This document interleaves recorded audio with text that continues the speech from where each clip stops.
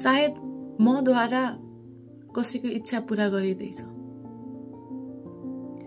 जब जब मैले आफूलाई चित्त नबुझेको बाटोमा पाउँछु, आफूलाई राम्रो नलागेको ठाउँमा पाउँछु, आफूले रोज्दै नरोजेको समय स्थितिमा पाउँछु, म आफूलाई यही भनी सम्झाउँछु कि सायद मद्वारा कसैको इच्छा पूरा गरिँदैछ। एकचोटि के भएको थियो भन्दाखेरि म सधैँ हिँड्ने बाटो खै के भएर ठ्याक्क म पुग्ने बेला त्यहाँ अगाडि बाटो खन्ने कार्यक्रम सुरु भएछ। त्यसपछि मैले अर्को बाटो लिनु पर्यो। त्यो अर्को बाटो लिन जाँदाखेरि एउटा बाइक त्यहाँ अड्किएको भेटाएँ मैले। अड्किरहेको रहेछ एउटा बाइक र त्यो बाइकमा सवार मानिस।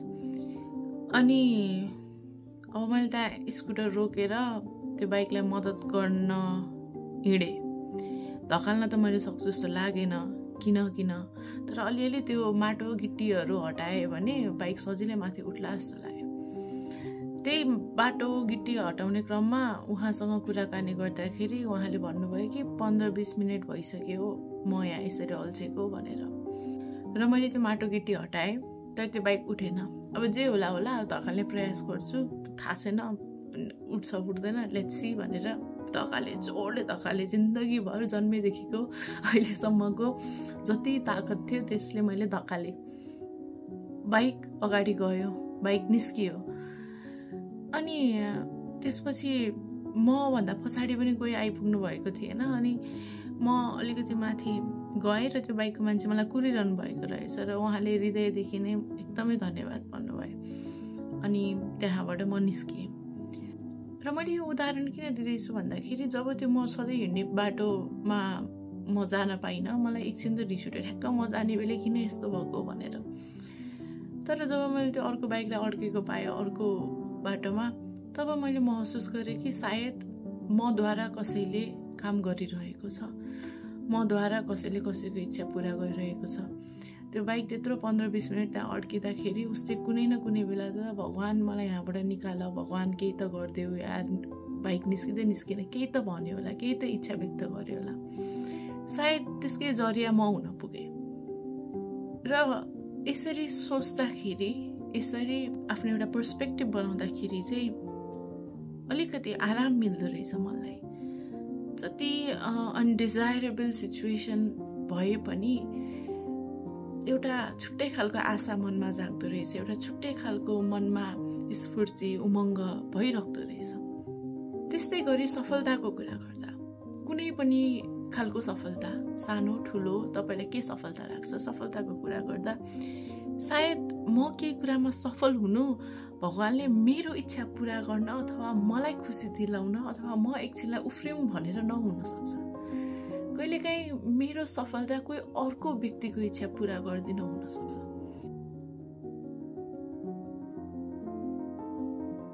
सपोज म केही कुरामा सेलेक्ट भएँ, मेरो एकदमै हृदयदेखि नै इच्छा थियो त्यो काममा सेलेक्ट हुनको लागि, म सेलेक्ट भएँ, म खुसी पनि भएँ।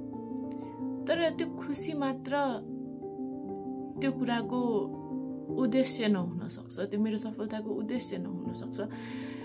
सायद त्यो सफलताबाट म जे काम गर्न जानेवाला छु त्यो कोही व्यक्ति जस्तै हृदयदेखि नै केही इच्छा मागिरहेको छ कि उसको कुनै काम बनिदियोस्, उसको कुनै काम उसले कसैलाई पनि भिख नमागिकन, कसैलाई पनि खुट्टा नढोक्नु परिकन सजिलै मजाले केही काम भइदियोस् भन्ने कसैले हृदयदेखि नै इच्छा गरिरहेको छ, स्वच्छ मनले इच्छा गरिरहेको छ भने त्यही उसको इच्छा पूरा गर्नलाई मलाई सफल बनाइदिएको हुन सक्छ।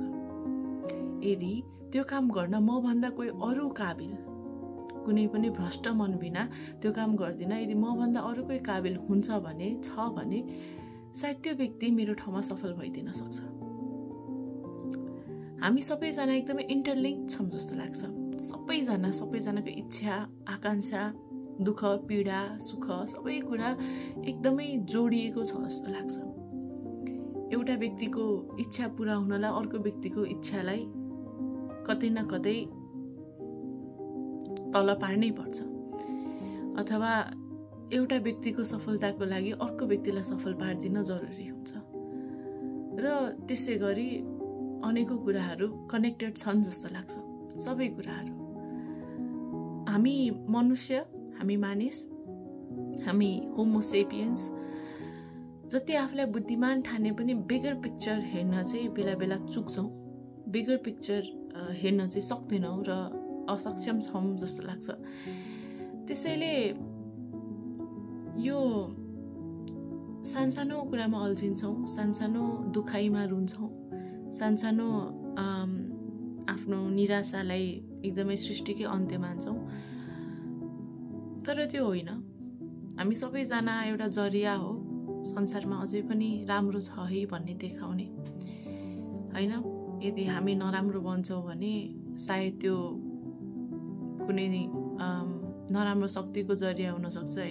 नराम्रो पनि त्यत्तिकै स्ट्रङ छ है भनी देखाउन। र हामीले राम्रो गर्छौँ भने सायद त्यो कुनै देवताको, कुनै भगवानको अथवा यो सृष्टिकै एउटा जरिया हुनसक्छ कि राम्रो पनि छ यो संसारमा, भगवान अझै जीवित छ भन्ने देखाउने।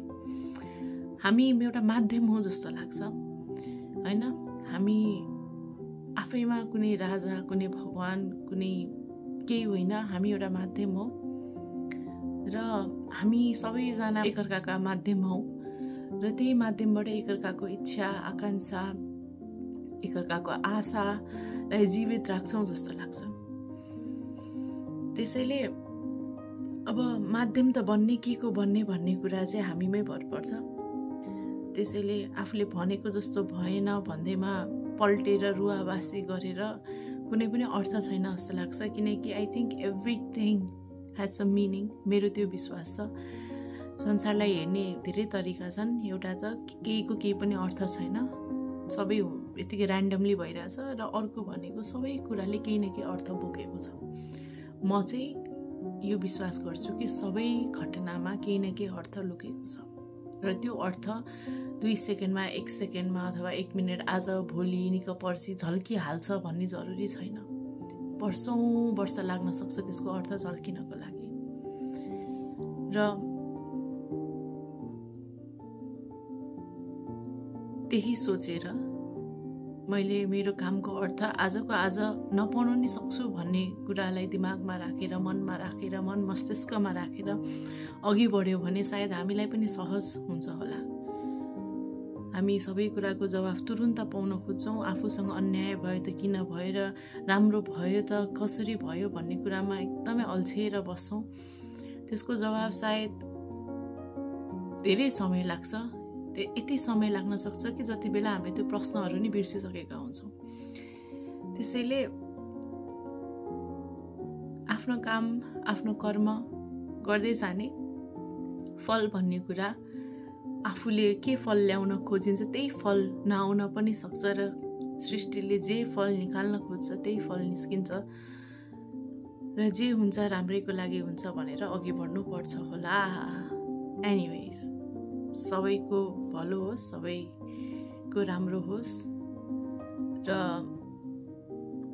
हाम्रो अस्तित्वले न्याय पाओस्।